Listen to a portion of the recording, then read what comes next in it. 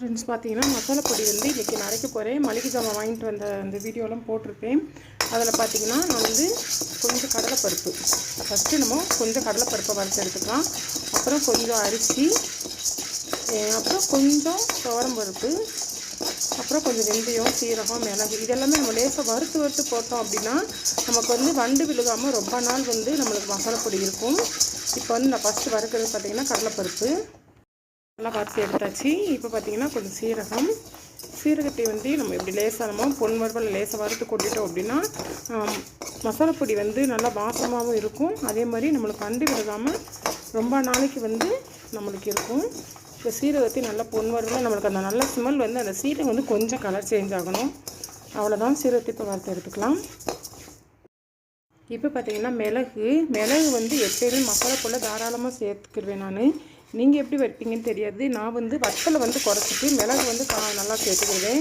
ஏன்னா மிளகு வந்து நம்மளுக்கு வந்து ஒரு பெஸ்ட்டு மெடிசன் சொல்லலாம். அதனால் வந்து நான் வந்து பார்த்திங்கன்னா அரை கிலோ வத்தலுக்கு வந்து அரை கிலோ மல்லிக்கு அரை கிலோ வத்தல் சேர்க்க மாட்டேன்.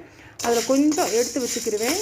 ஒரு 100 கிராம் 150 கிராம் கிட்ட எடுத்து வச்சுக்கிடுவேன். எடுத்து வச்சுட்டு அரை கிலோ மல்லிக்கு அவ்வளோ வத்தல், 100 சீரகம், 100 மிளகுக்கு பார்த்திங்கன்னா நான் வந்து ஒரு எவ்வளோ சொல்கிறது, ஒரு 50 கிராம் மிளகு கூடயே சேர்ப்பேன். ஏன்னா வந்து மிளகு வந்து நல்லா நம்ம உடம்புல சேர்த்துக்கணும். அதுக்காண்டி 150 மிளகு சேர்த்துக்கிறேன். இப்போ இதையுமே நம்ம நல்லா வறுத்துக்கலாம். இப்போ பார்த்திங்கன்னா கொஞ்சம் அரிசி போட்டிருக்கு. நான் வந்து சாப்பாட்டு அரிசி தான் போட்டிருக்கிறேன். சாப்பாட்டு அரிசி எவ்வளோ போட்டிருக்கேன்னு பார்த்திங்கன்னா ஒரு 100 கிராம் கிட்ட போட்டிருக்கேன். சாப்பாட்டு அரிசி ஒரு 100 கிராம் போட்டு வறுத்துக்கலாம். இது வந்து எதுக்குன்னு பார்த்திங்கன்னா நல்ல திக்னஸ் கொடுக்கும். பாருங்கள், அரிசி போடுறப்ப எப்படி இருந்தது, நல்லா வந்து அது பொரிஞ்சு வரணும். பொரிஞ்சு வந்தோடனே அதுக்கப்புறம் நம்ம அரிசியும் கொட்டிடலாம்.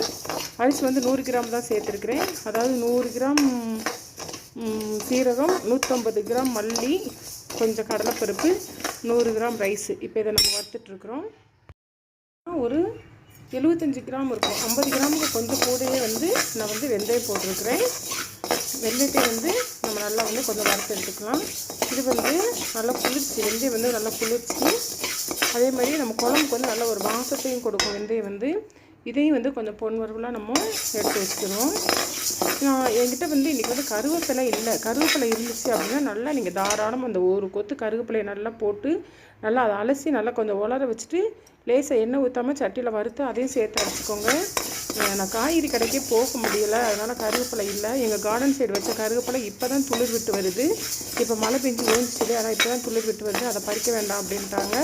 அதனால் நான் கருவேப்பிலை சேர்க்கலை. இருந்தால் நீங்கள் கருவேப்பிலை நல்லா தாராளமாக ஒரு கொத்து இப்படி கைப்பிடிச்சு இப்படி போகிற அளவுக்கு நல்லா ஒரு கொத்து கருவேப்பிலையும் சேர்த்து நல்லா வறுத்துக்கோங்க. இப்போ பாருங்கள், வெந்தயம் நல்லா வறுத்துருச்சு. அடுத்து நம்ம என்ன வறுக்கலான்னு அடுத்து பார்த்திங்கன்னா பெருங்காயத்தையும் வந்து நம்ம லேசாக வறுத்து எடுத்துக்கலாம்.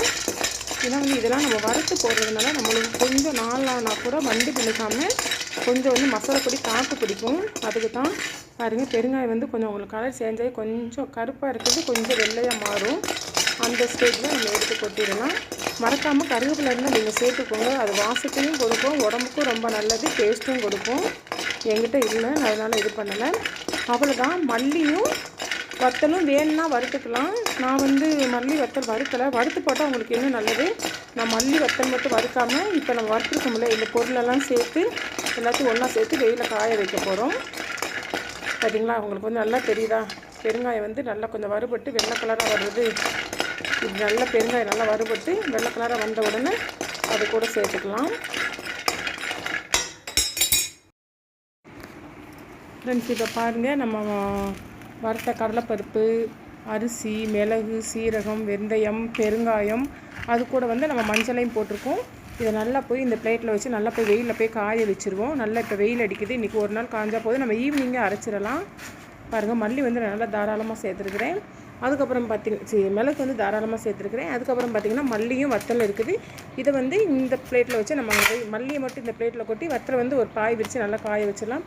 அவ்வளோதான். இவ்வளோ தான் வந்து நான் மசாலா பொடிக்கு ரெடி பண்ணுவேன். இது கூட பார்த்திங்கன்னா நல்ல கருவேப்பிலை, ஃப்ரெஷ்ஷான கருவேப்பிலை இருந்ததுன்னா நான் போய் சொன்ன மாதிரி நல்ல ஒரு கைப்பிடி கருவேப்பிலையும் போட்டு வறுத்தோம் அப்படின்னா நல்ல வாசம் இருக்கும். என்கிட்ட இல்லாதனால நான் போடல. கட்டாயம் நீங்கள் இருந்தால் போட்டுக்கோங்க. இது வந்து எல்லா குழம்புக்குமே நான் யூஸ் பண்ணுவேன். சப்போஸ் சாம்பாருக்கு அப்படின்னு பார்த்திங்கன்னா சாம்பாருக்கு தனியாக வந்து மல்லி, சீரகம், மிளகு, வெந்தயம், வத்தல் மட்டும் போட்டு தனியாக வறுத்து கொஞ்சம் வச்சுக்கிடுவேன். அந்த மாதிரி வைக்கிறப்போ சாம்பார் வந்து அது ஒரு டேஸ்ட் இருக்கும். அதுக்கு மட்டும் நான் கொஞ்சம் தனியாக வச்சுக்கிறேன். மற்றபடி இந்த குழம்பு இந்த மசாலாத்தூள் வந்து எல்லாத்துக்குமே சேமாக தான் போடுவேன். இந்த மாதிரி முறையில் தான் நான் மசாலா அரைப்பேன். நீங்கள் எப்படி அரைப்பீங்க அப்படிங்கிறத கமெண்டில் சொல்லுங்கள். ஆனால் வந்து நான்வெஜ்ஜுக்கு வந்து நான் இதை யூஸ் பண்ண மாட்டேன். மீன் குழம்பு கூட இதை யூஸ் பண்ணுவேன். நான்வெஜ்ஜுக்கு வந்து நான் இதை யூஸ் பண்ண மாட்டேன். நான் நான்வெஜ்ஜுக்கு தனியாக வந்து மசாலா வச்சுக்கிடுவேன். நீங்கள் எந்த மாதிரி முறைப்படி மசாலா அரைப்பீங்க அப்படிங்கிறத கமெண்ட் செக்ஷனில் சொல்லுங்கள். Okay friends, okay bye.